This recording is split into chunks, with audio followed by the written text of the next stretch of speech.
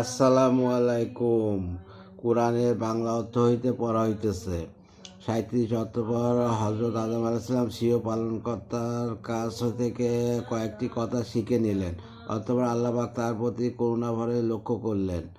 নিশ্চয়ই তিনি মহা ক্ষমাশীল ও অসীম দয়ালু। 38 আমি হুকুম করলাম তোমরা সবাই এখান হইতে নিচে নেমে যাও।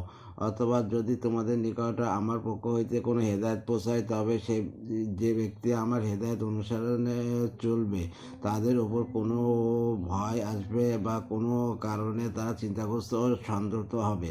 39 আর যেসব লোক তা অস্বীকার করবে এবং আমার নির্দেশগুলো মিথ্যা প্রতিপন্ন করার প্রয়াস পাবে তারাই হবে জাহান্নামবাসী, অনন্তকাল সেখানে থাকবে। পঞ্চম রুকু 40 হে বনি ইসরায়েলগণ, তোমরা স্মরণ করো আমার সে অনুগ্রহ যা আমি তোমাদের প্রতি করিয়াছি এবং তোমরা পূরণ করো আমার সাথে কৃত প্রতিজ্ঞা। তাহলে আমি তোমাদের প্রদত্ত প্রতিশ্রুতি পূরণ করব আর ভয় করো আমাকে। 41 আর তোমরা যে গ্রন্থের প্রতি বিশ্বাস স্থাপন করো তা যা আমি অবতীর্ণ করিয়াছি সত্যবক্তা হিসাবে তোমাদের কাছে, বস্তুত তোমরা তার প্রাথমিক অস্বীকারী হইও না।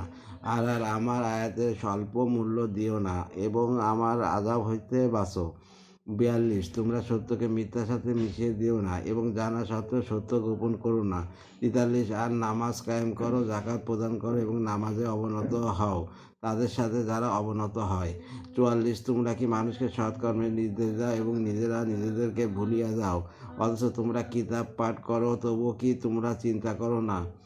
45 আর তোমরা সাহায্য প্রার্থনা করো ধৈর্য ও নামাজের মাধ্যমে, অবশ্য তা যথেষ্ট কঠিন, কিন্তু সেসব বিনয়ী লোকদের পক্ষে তা সম্ভব। 46 যারা এই কথা খেয়াল করে তাদেরকে সম্মুখীন হতে হবে স্বীয় পরদেগারের এবং তার দিকে ফিরে যেতে হবে। 2 টিকা আল্লাহর প্রদত্ত নিয়ামত দ্বারা সুখ, শান্তি, পার্থিব উন্নতি, পারলৌকিক কল্যাণ, ধন সম্পদ, সম্মান, প্রতিপত্তি ইত্যাদি বোঝায়। বনি ইসরায়েলের প্রতি আল্লাহর নিয়ামত প্রসঙ্গে তাফসীর বিশারদগণ ও যা বর্ণনা করেছেন তা হচ্ছে ফিরআউনকে ডুবিয়ে তার কবর হতে থেকে বর্তমান বনি ইসরায়েলের পূর্বে পুরুষদেরকে নিষ্কৃতি প্রদান, গোবৎস পূজার পরেও ক্ষমা প্রদর্শন, তার প্রান্তরে মেঘমলর ছায়াদান, মান্না সালোয়ার অবতরণ, তাদের সম্প্রদায়ে অসংখ্য নবী রাসূল প্রেরণ, তাদের রাজত্ব ও বাদশাহী প্রদান, শিলাখণ্ড হইতে নহর প্রবাহকরণ, সমুদ্রের জলরাশির মাঝে রাস্তা নির্মাণ ইত্যাদি। আল্লাহ হাফেজ।